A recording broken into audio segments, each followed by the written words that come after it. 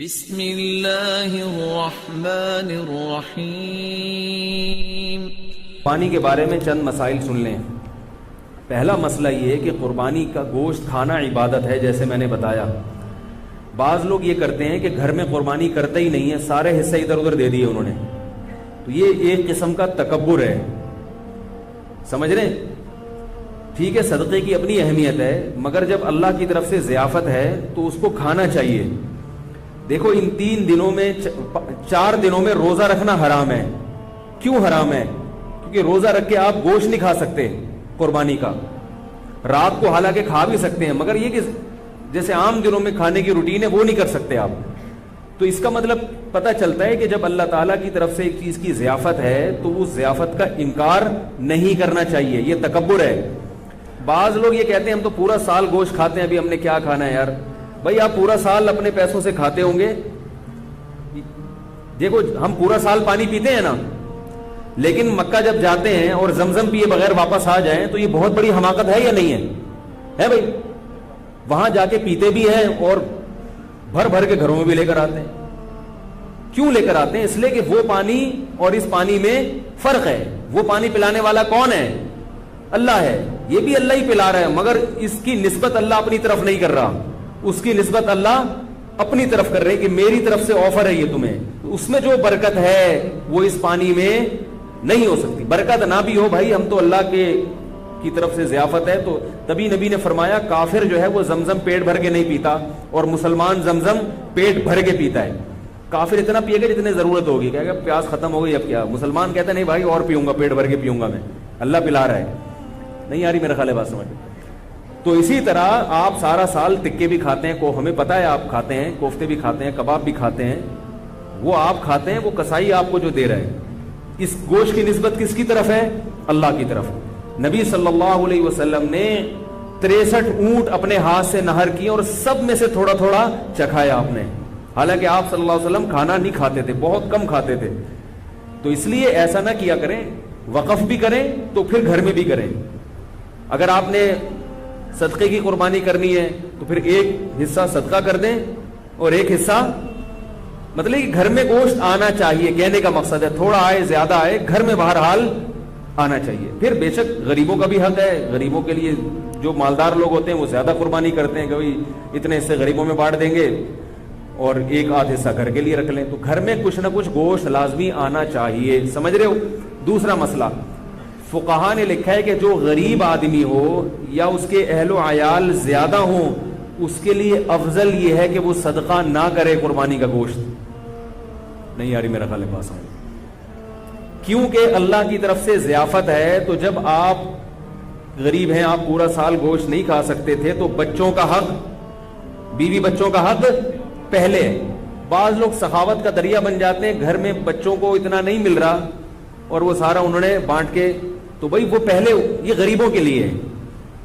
میرا خیال ہے ہمارے ہاں اللہ کا شکر ہے کوئی ایسا غریب ہے نہیں، لیکن اگر کوئی بیٹھا ہوا ہو تو اس کے لیے بتا رہا ہوں۔ ہمارے ہاں سب کھاتے ہیں، پورے سال کھاتے ہیں الحمدللہ، لیکن اگر کوئی غریب ہے جو جس کو پورے سال گوشت کم ملتا ہے تو وہ صدقہ نہ کرے، وہ 3 حصے نہ کرے، وہ سارا اپنی فیملی کو کھلا دے، خود بھی کھائے اور اسٹور کر کے اپنے بچوں کو کھلائے، وہ بچوں کو، بیوی کو، یا جو بھی اپنے قریبی رشتہ دار ہیں ان کو کھلا دے۔ تو یہ قربانی کے گوشت کے 3 حصے کرنا ضروری نہیں ہے، سمجھ رہے؟ باقی عام آدمی کے لیے حکم کیا ہے کہ گوشت کے 3 حصے کر دے، ایک حصے کو صدقہ کر دے، ایک رشتہ داروں میں بانٹ دے اور ایک حصہ خود کھا لے۔ یہ جو رشتہ داروں والا حصہ ہے، اچھا یہ 3 حصے بھی ضروری نہیں ہے، اگر پورا ہی خود بھی کھا جائیں گے تو کوئی گناہ نہیں ہے، ٹھیک ہے؟ بہتر ہے کہ ایک حصہ، کیونکہ قرآن کہہ رہا ہے کلوا منہا واطعموا البائس الفقیر، خود بھی کھاؤ اور فقیروں کو بھی کھلاؤ۔ تو قرآن کے حکم کو فالو کرنا چاہیے، 1/3 کو کیا کر دینا چاہیے؟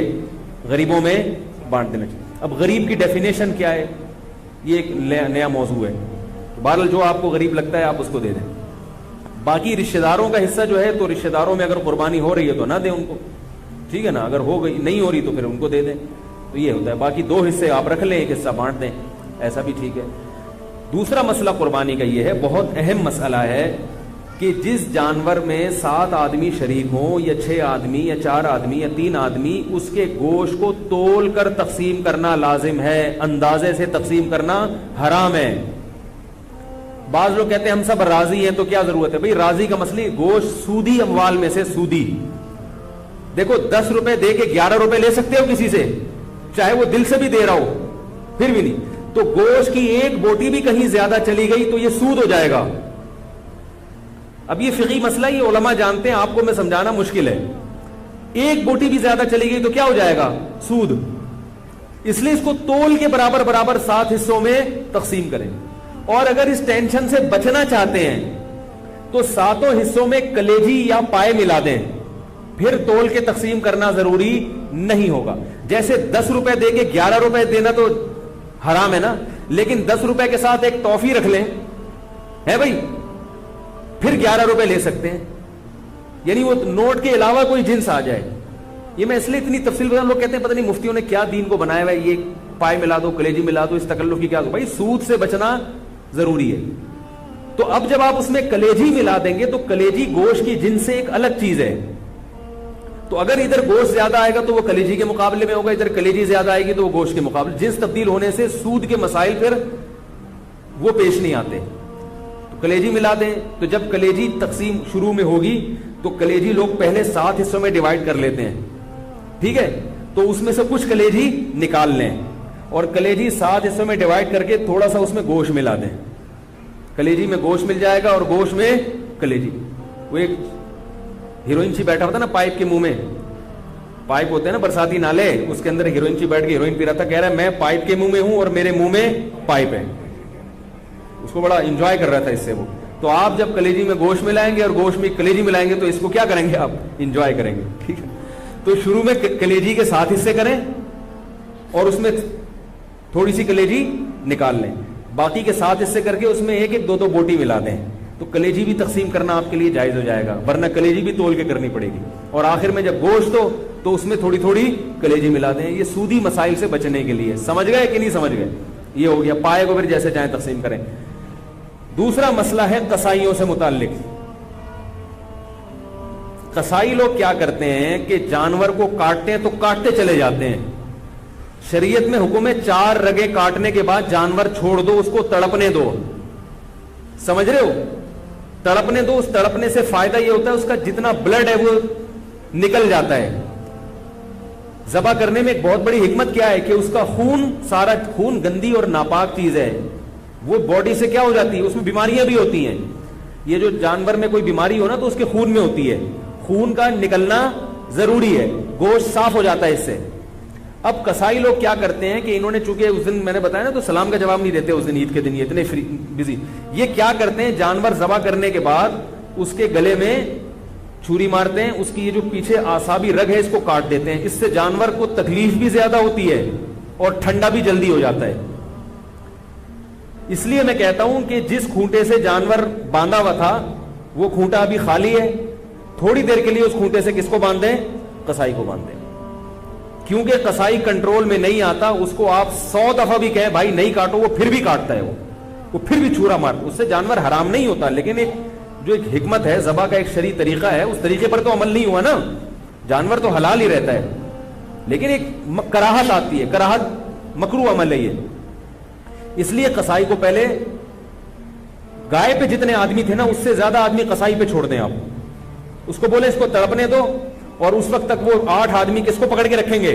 قصائی کو پکڑ کے رکھیں، کیونکہ وہ بھاگے گا، وہ آئے گا بولے گا نہیں میں کاٹن دو، اس کو پکڑیں آپ یا کھونٹے سے باندھ دیں، باقی جب جانور ٹھنڈا ہو جائے تو پھر کہیں آپ اب تمہارا کام شروع ہے۔ سمجھ گئے یہاں تک؟ تیسرا مسئلہ، انہوں نے گٹکے رکھے ہوئے ہوتے ہیں منہ میں، منہ ہل ہی نہیں رہا ہوتا ان سے، تو ان سے بولے بھائی گٹکا تھوڑی دیر کے لیے پھینک دو، تسلی کے ساتھ بسم اللہ اللہ اکبر پڑھو زور سے۔ اور علماء کہتے ہیں کہ جو لوگ وہاں کھڑے ہوئے ان کو بھی چاہیے تکبیر پڑھ لیں تاکہ وہ جو ہے نا جو ذبح کر رہے ہیں اس کو یاد آ جائے، ٹھیک ہے؟ بھولے سے اگر تکبیر رہ گئی تو بھی جانور حلال ہے، لیکن جان کر اگر چھوڑ دی یا مسئلے کا علم نہیں تھا یا قصائی یہ سمجھتا تھا بھائی اس نے پڑھ لی تو کافی ہے مجھے پڑھنے کی ضرورت نہیں ہے، تو وہ جانور کیا ہو جائے گا؟ حرام ہو جائے گا۔ بھولے سے چھوٹ جائے تو ایک الگ بات ہے، جان بوجھ کر تکبیر چھوڑیں گے تو جانور حرام ہو جائے گا۔ البتہ آپ 4 رگیں کاٹ چکے تھے پھر قصائی نے چھری ہاتھ میں پکڑی ہے، پھر کوئی فرق نہیں پڑتا، پھر وہ تکبیر نہ بھی پڑے تو جانور کیا ہے؟ حلال ہے۔ شروع کی رگیں جو ہے نا جب کٹتی ہیں تو اس میں تکبیر کا پڑھنا ضروری۔ آج کل یہ فارمی مرغی والے بھی تکبیر نہیں پڑھ رہے ہیں، وہ تو میں نے کئی دفعہ پکڑا ہے، ان کو جا کے پکڑا کریں، ان سے بولے زور سے بولا کرو، ویسے تو باتیں چیخ چیخ کے کرتے ہیں، جب اللہ کا نام لینے کا ہوتا ہے تو پتہ نہیں نام ہی نہیں لیتے وہ۔ تو انہوں نے بھی گٹکے رکھے ہوئے ہوتے ہیں منہ میں، ان کے پاس اتنا ٹائم نہیں ہوتا کیونکہ گٹکے کے ساتھ تکبیر پڑھنا بڑا مشکل کام ہوتا ہے، ٹھیک ہے نا۔ میں نے گٹکے والوں سے اس کی تحقیق کی، وہ کہتے ہیں پان بھی منہ میں تو سلام کا جواب نہیں دیتا، وہ تکبیر کہاں سے پڑے گا۔ ابھی کچھ دن پہلے میں جا رہا تھا، کسی سے موٹر سائیکل والے سے راستہ پوچھا، اس کے منہ میں گٹکا تھا، تو پورا گٹکا اس نے منہ سے پھینکا ہے میری خاطر، اس کے بعد اس نے وعلیکم السلام کہا اور پھر مجھے ایڈریس بتایا۔ میں نے کہا دیکھو یہ حالت ہے۔ تو اللہ کا نام لینا ہے زور سے، ٹھیک ہے، اور جانور خود ذبح کیا کریں، قصائی سے باقی کام کروا لیں آپ۔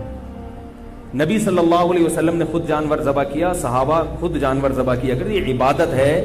اور علماء کہتے ہیں کہ جس سے جانور ذبح ہوتا ہے نا، اس سے بھی انشاءاللہ اس گوشت میں کیا آتی ہے؟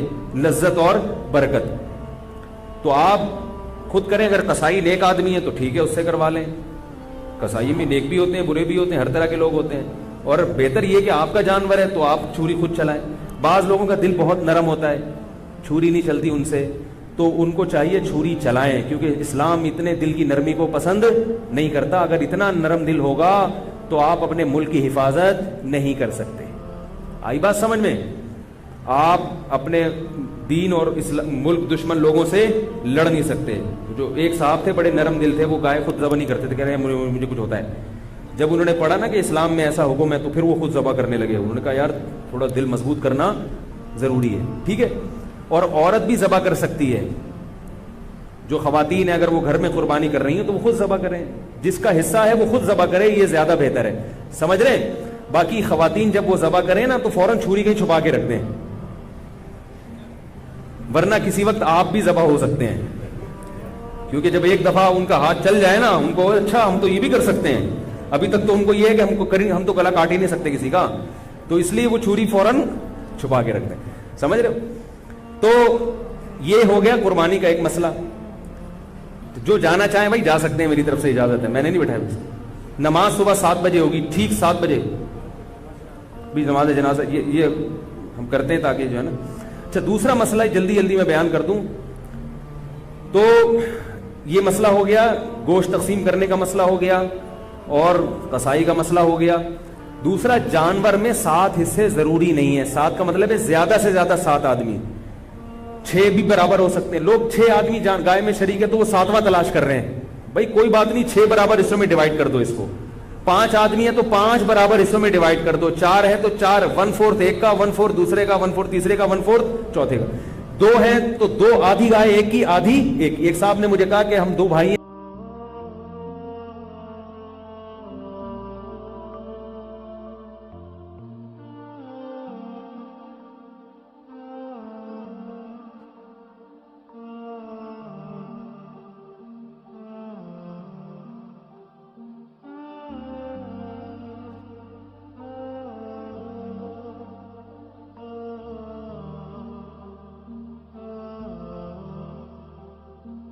لا إله إلا الله